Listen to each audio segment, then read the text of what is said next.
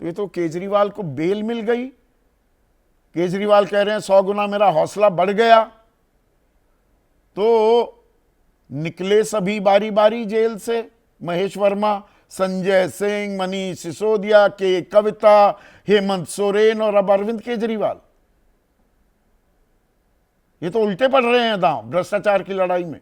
बिल्कुल, मैं तो ये समझता हूं कि सुप्रीम कोर्ट के आदेश के आड़ में तो जो बात कही जा रही है और जो बात सुनाई जा रही है और जो चीज जिस तरह से महिमा मंडित किया जा रहा है, मुझे लग रहा है कि सुप्रीम कोर्ट ने सर्टिफिकेट दे दिया कि भ्रष्टाचार जो है जितना मर्जी उतना करो।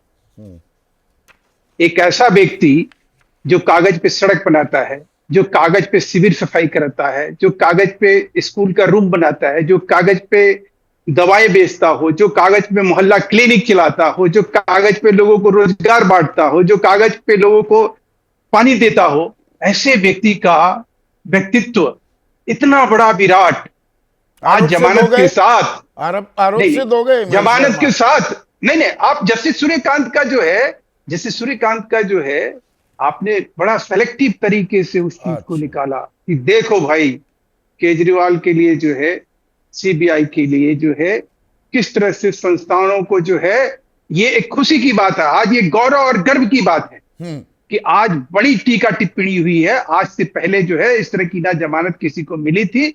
यही काम लालू यादव, यही काम मधु कोड़ा, यही काम पूर्व मुख्यमंत्री अंतुले, पता नहीं कितने ऐसे लोग जिनके इसी तरह से जमानत मिले और जमानत के बाद उनको सजा भी हुई और उस सजा के बाद भी वो आज भी राजनीति में बने हुए हैं, क्योंकि हम कहीं ना कहीं अच्छा, मैं यहाँ पर सेलेक्टिव हो रहा हूँ क्या? बहुत सेलेक्टिव तरीके से एक राजनीति कारण से भ्रष्टाचार को बढ़ावा देने का काम। एक बयान और कोर्ट ने क्या कहा?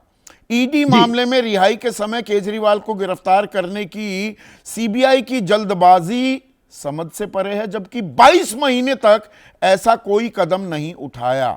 इस तरह की कार्रवाई गिरफ्तारी पर गंभीर प्रश्न उठाती है। सुप्रीम कोर्ट कह रहा है, गलत कह रहा है या मैं सेलेक्टिव हो रहा हूं? यहां भी सुप्रीम कोर्ट ये भी कह रहा है कि ये गिरफ्तारी अवैध नहीं। ये मैंने ये कोई जानकारी छिपाई?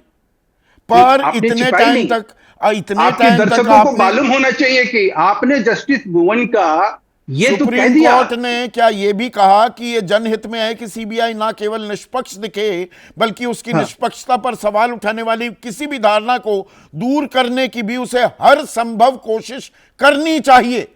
नहीं तो इसका क्या मतलब इसका निकाले मेरे भाई संदीप भाई, आप इस देश के नागरिक हैं, निष्पक्ष नहीं है सीबीआई, इसका मतलब ये निकल रहा है। सुप्रीम कोर्ट कह रहा है, मैं नहीं कह रहा हूं। मेरे भाई पत्रकार हो, इस देश में खाते पीते हो, रहते हो, क्या इसका क्या निष्कर्ष निकालना चाहिए? एक मुख्यमंत्री जिसके ऊपर भ्रष्टाचार के इतने सारे आरोप लगे, इतने सारे भ्रष्टाचार के केस में उनको साबित भी तो करना है। नहीं, इसीलिए मैंने 5297 केसेस का जिक्र किया। 10 साल में 40 केसेस में कन्विक्शन हो पाई, 1% से कम पीएमएलए केसेस में चले जा रहे हैं केस। नहीं, चले जा रहे हैं। सच्चाई क्या है?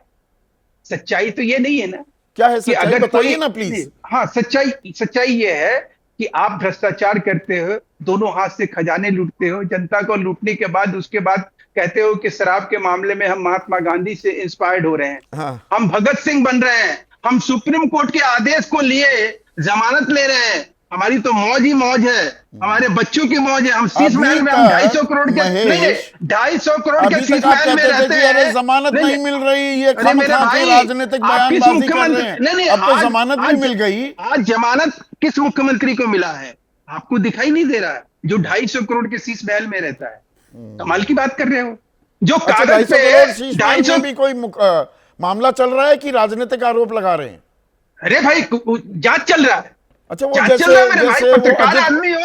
अजित पवार पे, सुनिए ना, जैसे अजित पवार पे भी जांच चल रही है, क्या वो चल रही है? क्या 70,000 करोड़ का घोटाला कर दिया था एनसीपी ने? नहीं, आपके सारे राजनीतिक आरोप में सत्य मानो तो मेघालय में कॉनराड सांगमा वो तो घपलों में थे, हिमंता बिस्वा शर्मा जब कांग्रेस में थे वो घपलेबाज थे, शुभेंदु अधिकारी भी थे, मुकुल रॉय भी। एक नाम फिर आप उसकी काट बता दीजिए। आप जैसे ही भ्रष्टाचारियों का नाम आता है, आप ये 3-4 नामों पे गिना के 3-4 नहीं, बहुत लंबे नाम है, बहुत लंबी फेहरिस्त आप उसको जस्टिफाई करने की कोशिश करते हो। justify आप कोशिश नहीं कर करते हो कि जो आपका मुद्दा है, मुद्दा ये है आज के कि आपके दर्शकों को ये कहीं लाभ पहुंचना चाहिए कि इस देश में जो भ्रष्टाचार के नमूने हैं, जो ये भ्रष्टाचार करके भी आज जमानत पे रिहा रहा, जिस मुख्यमंत्री को पिंजड़े में बंद तोता क्यों कहा सुप्रीम कोर्ट ने? नहीं, आप मजेदार बात देखिए कि जिसका पूरी पॉलिटिकल पार्टी एक्यूज है, जिस मुख्यमंत्री को साइन करने का अधिकार नहीं है, जिसको ऑफिस जाने का अधिकार नहीं है, वो अभी भी मुख्यमंत्री बना हुआ है और नैतिकता की दुहाई हम दे रहे हैं। और हम ये कह रहे हैं कि देखिए, एक ऐसे मुख्यमंत्री को जमानत मिला जो कितना बड़ा दूध का धुला हुआ है, कितना बड़ा उसका एक कैरेक्टर है, कितनी बड़ी उसकी ऐसी पृष्ठभूमि है जिसके पीछे हम लड़ाई होती है। महेश, आप तो जानते हैं, मुझसे बेहतर जानते हैं, राजनीति भी जानते हैं, पत्रकारिता भी की है।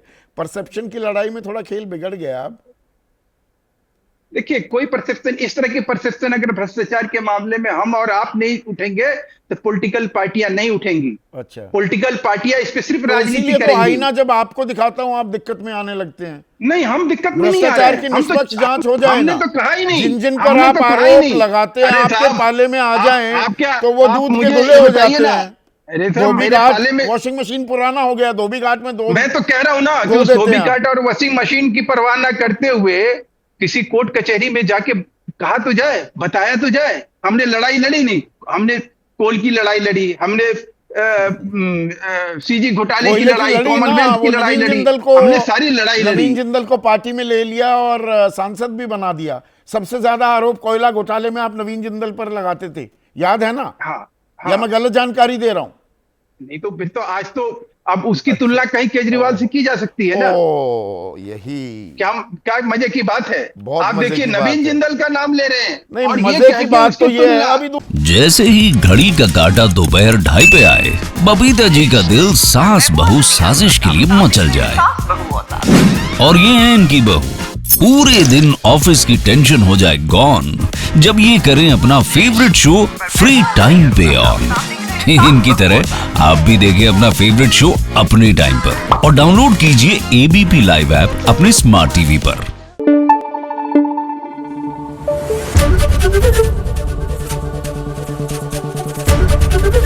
एबीपी न्यूज आपको रखे आगे।